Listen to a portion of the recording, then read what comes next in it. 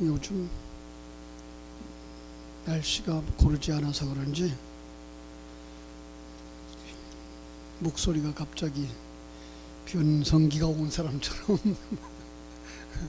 우리 차장로님은 나으셨어요? 차장로님도 감기가 오셔서 요즘은 감기가 와도 걱정들을 해요. 또 우리 김경환 집사님은 퇴원을 하셨어요. 감사하게도 오늘 퇴원하셔서 집에 왔다고 연락이 오셨더라고요. 우리 한번 기도하겠습니다. 하나님 우리 아버지의 크신 은혜와 사랑을 감사합니다. 하나님의 은혜 속에 살아가는 저희들 이 저녁에도 우리 조상들이 참 하나님을 사랑하고 하나님 앞에 부르짖어 기도하고 싶었고 아니 밤새도록 기도하고 싶어서 철야 예배로 모였던 우리의 전통을 가지고 또 저희들도 이 저녁에 찬양하기 원하고 기도하기 원하고 말씀 듣기 원해서 한자리에 같이 했는데 하나님께서 한량없는 은혜와 복을 허락하여 주시기를 간절히 소원합니다. 주님께서 은혜와 성령의 충만한 시간으로 우리를 채워주시기를 간절히 소원하며 거룩하신 예수님 이름으로 기도하옵나이다. 아멘. 하나님의 능력 앞에 두려워하라. 또 다른 제목은 하나님의 능력 앞에 겸손하라. 성경에서 우리는 하나님을 경외하라라고 하는 문장을 자주 보게 됩니다. 구약 성경에 한번 찾아봤더니 이 하나님을 경외하라고 하는 단어가 들어간 문장이 158번이나 기록되어 있어요. 여호와를 경외하라, 하나님을 경외하라. 신약 성경에는 13문장이 나왔어요. 이 경외한다고 하는 의미, 야레라는 단어는요, 두려워하다, 떨다라고 하는 의미가 있는데요. 하지만 무서운 존재에 대한 공포감이 아니라 거룩한 두려움, 즉 경건을 이야기하는 거죠. 경건한 공경을 말한다 이렇게 표현하고 있어요. 다시 말하면 존경하는 사람을 만났을 때에 그 앞에 몸을 조아림의 형태인 거죠. 좋은 마음, 곧 존경하는 마음으로 삼가 조심한다는 것입니다. 여러분, 우리가 하나님을 섬길 때에 하나님을 경외하는 것은 대단히 중요합니다. 하나님은 시편을 기록하는 저자들에게 시편 34편 7절 9절에서 그분의 경외하는 자를 환난에서 건지신다고 하셨고, 시편 15편 4절에 보면은 경외하는 자를 존귀하게 높이신다라고 하셨고, 시편 25편 12절 13절에서는 그 여호와를 경외하는 자의 영혼을 평안하게 한다라고 말씀하셨습니다. 반면에 하나님을 경외하지 않는 자는 어떻게 될까요? 악과 재앙에 노출되어서 보호받지 못한다. 잘 되는 것 같지만 결국은 실패하며 궁극적으로 하나님의 심판을 받게 된다 이렇게 말씀하고 있습니다. 오늘 같은 시대에 꼭 한번 우리 믿음의 사람들은 되새김질 해보아야 할 부분, 여호와를 경외하는 것이라고 말할 것입니다. 시편 115편 13절을 읽어드릴게요. 시편 115편 13절. 높은 사람이나 낮은 사람을 막론하고 여호와를 경외하는 자들에게 복을 주시리로다. 하나님 여호와를 경외하는 자에게 복을 주신다. 좀 거꾸로 해석하자면 복 있는 사람은 여호와를 경외하는 사람이요, 여호와를 경외하지 않는 사람은 복이 없는 사람, 화를 당할 사람, 저주받을 사람이다 이렇게 이야기하고 있는 것을 보게 됩니다. 어떻게 여호와를 경외할까? 백과사전을 찾아봤더니 경외함이란 단어를 이렇게 해석해 놓았어요. 여호와를 경외하라라는 말은 하나님을 존경하고 두려워하고 그리고 순복하라는 특별한 의미다. 여러분 자신들을 한번 돌아보면서 나는 복 있는 사람인지, 나는 여호와를 경외하는 사람인지 묵상하고 어리석은 자리에서 벗어나 지혜로운 사람, 복 있는 사람, 여호와를 경외하는 사람들의 자리에 들어가기를 주님의 이름으로 축원합니다. 시편이 이렇게 가르쳤습니다. 여호와를 경외함이 지식의 근본이요 그의 계명을 지키는 자는 다 훌륭한 지각을 가진 자이니 여호와를 찬양함이 영원히 계속되리로다.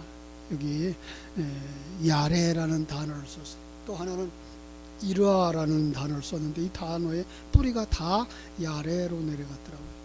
이 야레라는 단어가 뭔가 하면 경외함, 하나님을 존경하고 그 크심을 인하여 두려워하게 되고 그 하나님 앞에서 순종하게 되는 삶, 그걸 뭐라 그래요?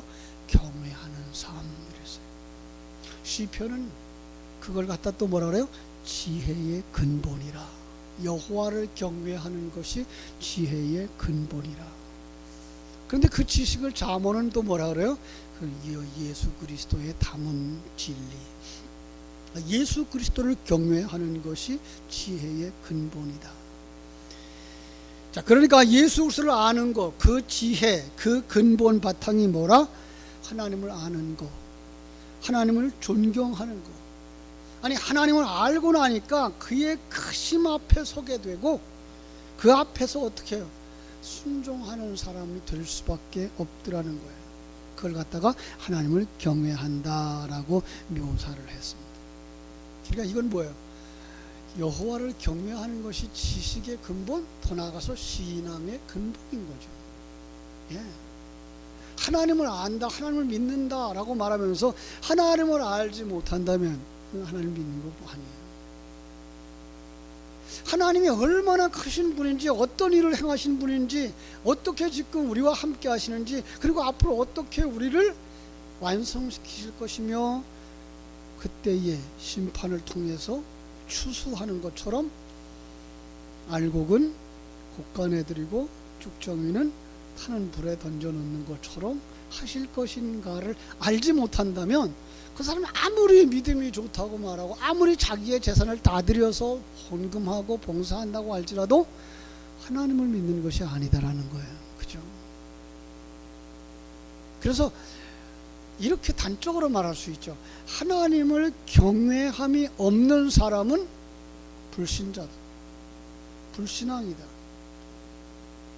자기는 하나님의 이름을 부르고 있지만 그는 하나님이라고 하는 우상 앞에서 종교 생활하고 있는 사람이다 라는 말을 할 수가 있는 것입니다. 그렇다면 그 사람은 어떻게 살까요? 하나님을 모르는 사람들, 그죠?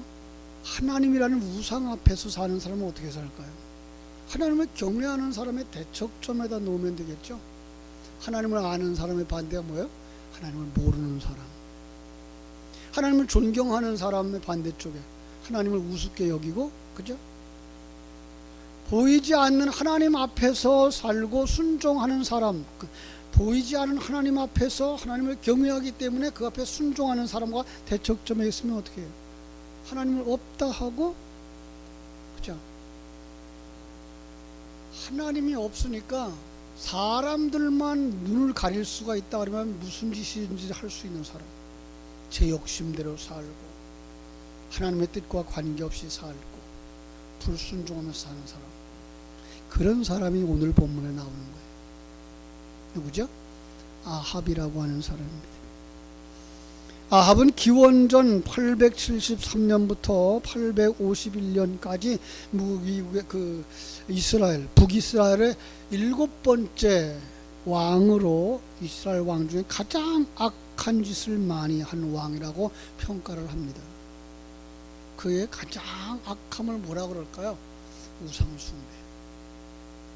정략적인 결혼을 했던 사람이에요. 그래서 시돈 왕의 딸과 결혼하죠. 시돈 왕의 이름이 엣바알이에요.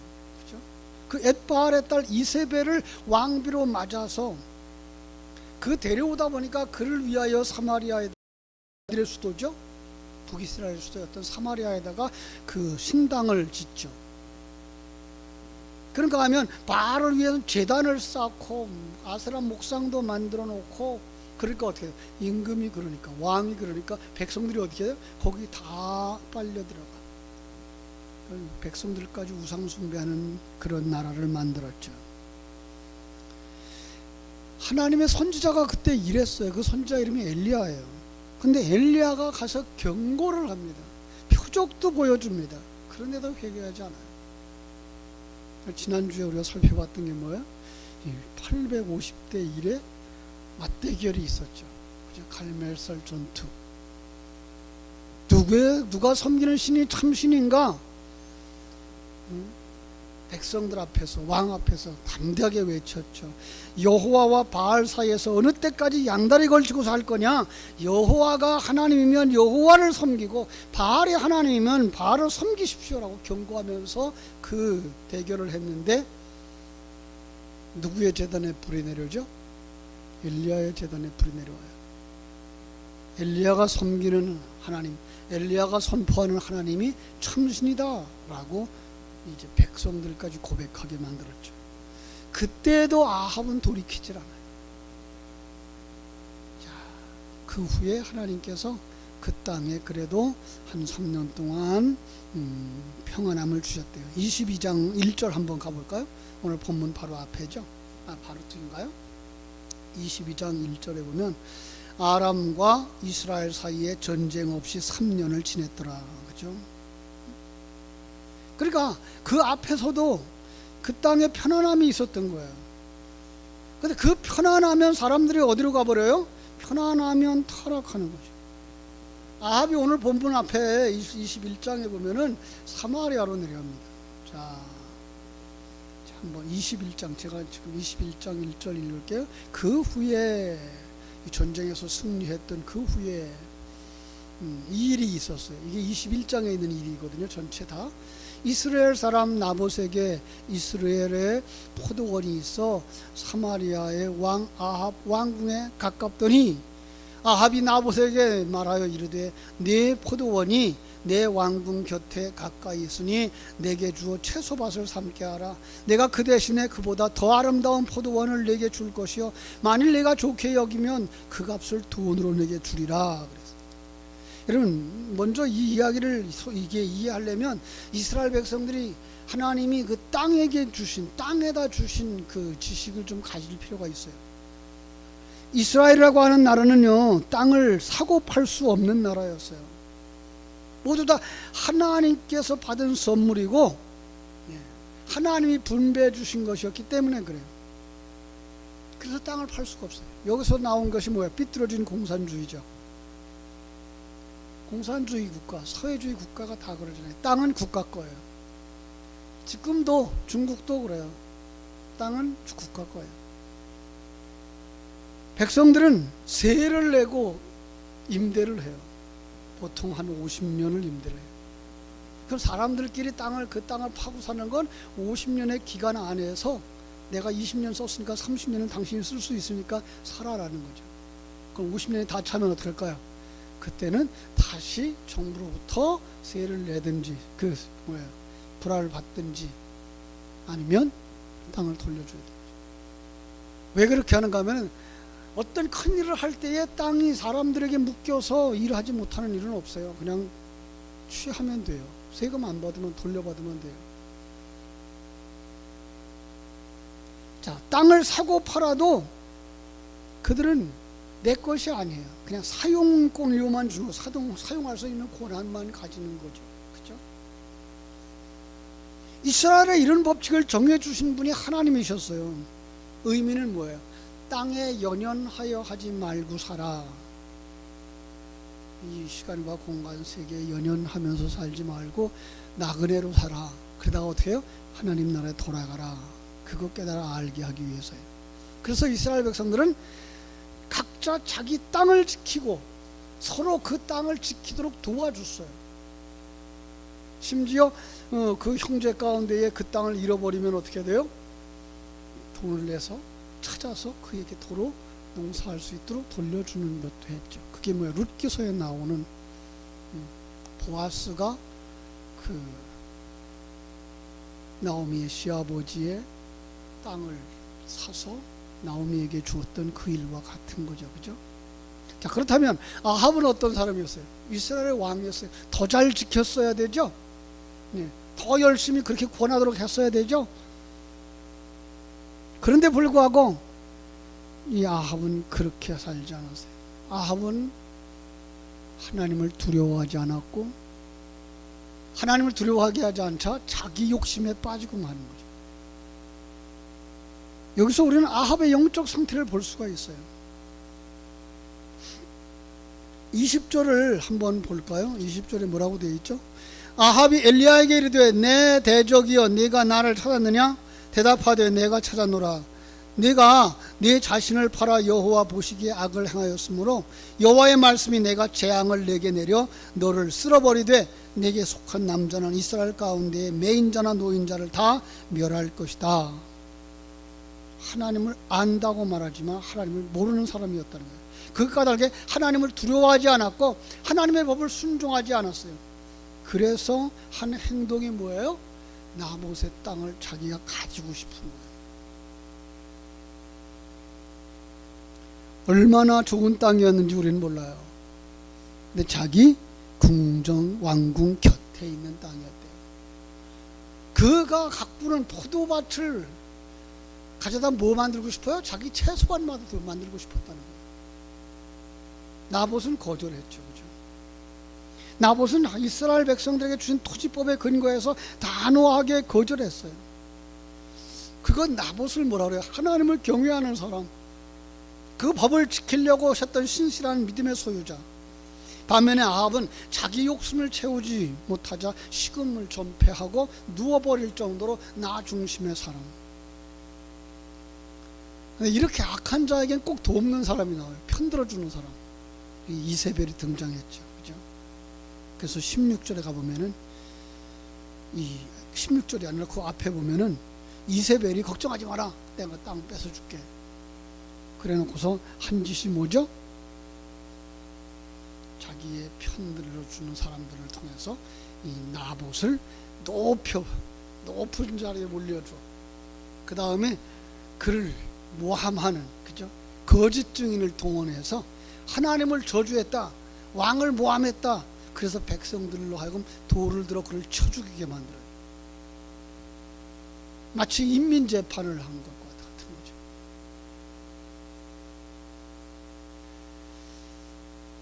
참 우리는 지금 이 나라가 되어져가는 모습들을 보면서 걱정들을 많이 하게 됩니다.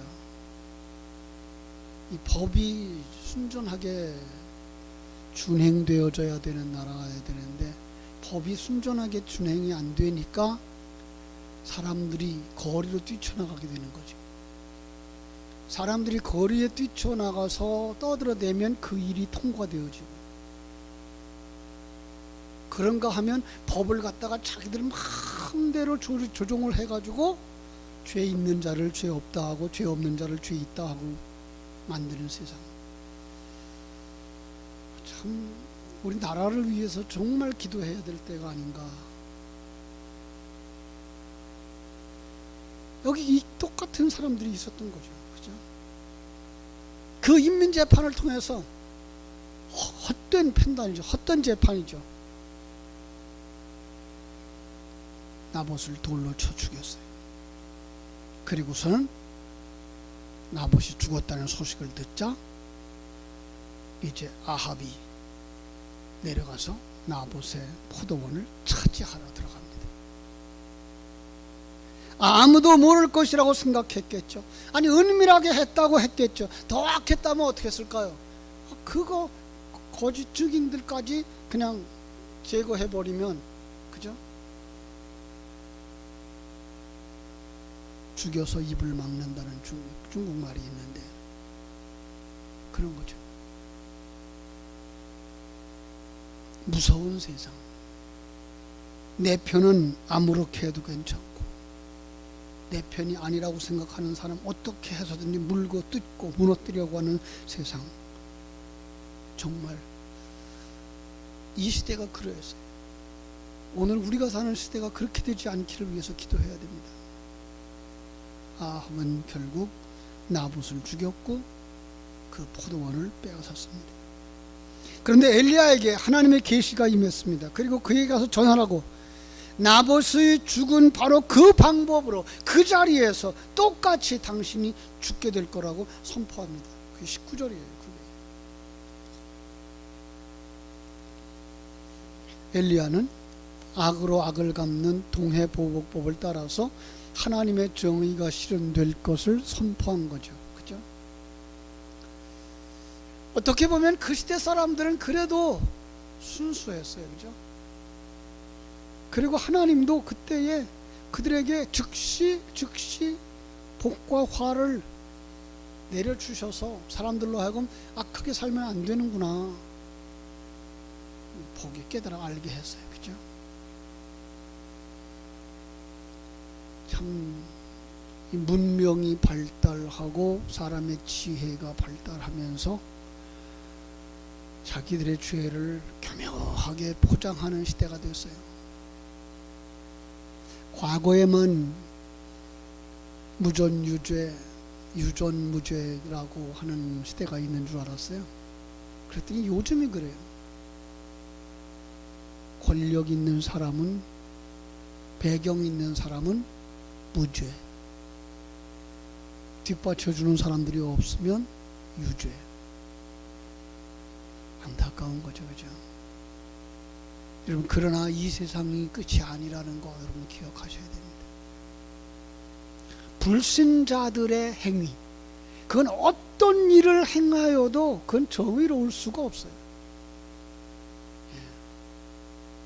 불신자들의 행위는 내가 주인이기 때문에, 내가 나를 지켜야 하기 때문에 별 수단과 방법을 다 동원하죠.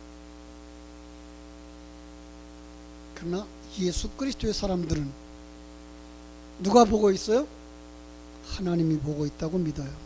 확실히 믿고 보고 계시니까 마지막에 판단하실 것이라고 우리는 확실히 믿죠. 그죠? 하나님은 착오 없이 분명하게 심판하실 줄로 믿습니다. 이세벨도 처벌을 받죠. 23절을 보면 이세벨에게 대하여도 여호와께서 말씀하여 이르시되 개들이 이스라엘 성읍에서 이세벨을 먹을지라. 아합보다 더 처참한 심판을 받게 됩니다. 바알을 섬기는 이세벨에게서 하나님을 향한 두려움과 하나님의 율법에 대한 순종 찾아볼 수 없습니다. 이세벨은 아합이 우상이 되도록, 그죠? 충동질을 했어요. 악을 시행하도록 충동질을 했어요. 이 충동질 하는 건요, 더 나쁜 거죠. 그죠? 죄의 본질은 바로 이렇게 자기만 죄를 짓는 게 아니라 다른 사람까지 죄 짓도록 만드는 거죠. 마치 태초의 아담이 사단에게, 뱀에게 충동질 받은 것처럼, 그죠? 뱀이 아담을 충동한 것처럼 이세벨은 아합을 충동했던 거죠. 그죠? 자, 결국은 어떻게 된다고요? 아합도 망하고 이세벨도 망할 거라고요. 자, 그런데 그 이야기를 하나님이 엘리야를 통해서 아합에게 해주어요. 그게 27절로 29절에 가보니까 그 아합이 그 이야기를 듣고 어떻게 했는가가 우리를 참 놀라게 만들어요. 27절부터 다시 한번 읽어볼까요? 27절, 28절, 29절 시작. 아합이 이 모든 말씀을 들을 때에 그의 옷을 찢고 굵은 배로 몸을 동이고 금식하고 굵은 배에 누우며 또 풀이 죽어 다니더라. 여호와의 말씀이 디셉 사람 엘리야에게 임하여 이르시되 아합이 내 앞에서 겸비함을 내가 보느냐? 그가 내 앞에서 겸비함으로 내가 재앙을 저희 시대에는 내리지 아니하고 그 아들의 시대에야 그의 집에 재앙을 내리라 하셨더라. 이것만 보면 아합은 회개한 것 같아요. 그죠? 철저하게 회개한 것 같아요. 옷을 찢고 굵은 배로 몸을 동이고 금식하고, 그죠? 또 하나님도 뭐라 그래요? 그의 겸비함, 가나라는 단어인데 낮춘다는 거예요. 그래서 심판을 다음 세대를 유보했어요. 여러분, 유대인들이 회개하는 모습들과 똑같죠. 그런데 여기다가 왜 하나님은 이 모습을 그대로 두셨을까요? 종교인들의 행위. 저는 그 생각이 들어요. 철저하게 종교인이었어요. 그의 마음속에 하나님이 없거든요. 두려움만 있으니까 그 두려움만, 그저 그 심판의 그때만 면하고 싶은 거죠. 하나님은 또 사람들은 망하는 걸 원하는 게 아니라 하나님들이 회개하고 돌아오기를 원하시기 때문에. 그런데 진정한 회개는 무엇입니까? 하나님의 생명이 그 속에 들어가서 그가 하나님이 두려운 줄 알아야 되고, 하나님이 주시는 것 가지고 평강을 누리면서 승리의 삶을 살 줄 알아야 되거든요. 이 사람은요, 이스라엘 백성들이, 유대인들이 가졌던 그 종교적인 행위를 그대로 가진 거예요. 금식하는 것처럼, 회개하는 것처럼, 그게가 회개인 것처럼. 그래서 조금 더 길게 보려면 22장을 보셔야 돼요. 자, 22장에 가보면요, 아합이 전쟁을 또 하게 됩니다. 한 3년쯤 평안함이 있었어요. 아마도 하나님께서 그 회개에 영향력을 주었던 것 같아요. 한 3년 정도 이렇게 지내다가 거기에서 다시 싸움이 나요. 전쟁이 나요. 그 전쟁을 보면서 무슨 생각이 들어요? 아합이 욕심이 또 발동했구나. 여러분, 사람들은 알아요. 자기는 몰라요. 그죠? 그래서 그냥 어떻게 하든지 남의 나라를 빼앗고 남의 걸 빼앗고 남을 해하려고 하는 이 인간의 욕망이 가득 차 있는데, 하나님께서 어떻게 심판하셨을까요? 쭉 넘어가서 35절에 가면, 34절에 보면, 한 사람이 무심코 활을 당겨 이스라엘 왕의 갑옷 솔기를 마친지라. 한 사람이 무심코 활을 당겨 쐈어요. 겨냥해서 쏜 것도 아니고, 지금 이 아합은 그 옷도 변장을 했어요. 그렇죠? 그런데 불구하고 그 화살이 그 솔깃으로 되어 있는데 뭔가 하면 가죽과 가죽을 이은 요 자리 틈, 요 틈, 고리로 들어가서 사람을 상하게 만들고 피를 흘리게 만든 거죠. 그래 놓고 피하여 가려고 도망가려고 그러니까, 이게 전쟁이 얼마나 격심한지 사람들이 앞뒤로 꽉 막혀가지고 마차를 움직일 수가 없는 거예요. 어떻게 했을까요? 그 자리에서 죽은 거죠. 그게 누구의 모습이에요? 불신자의 모습이에요. 하나님은 못 보는 것 같으죠. 다 보고 계신 거죠. 여러분, 우연이 어디 있어요?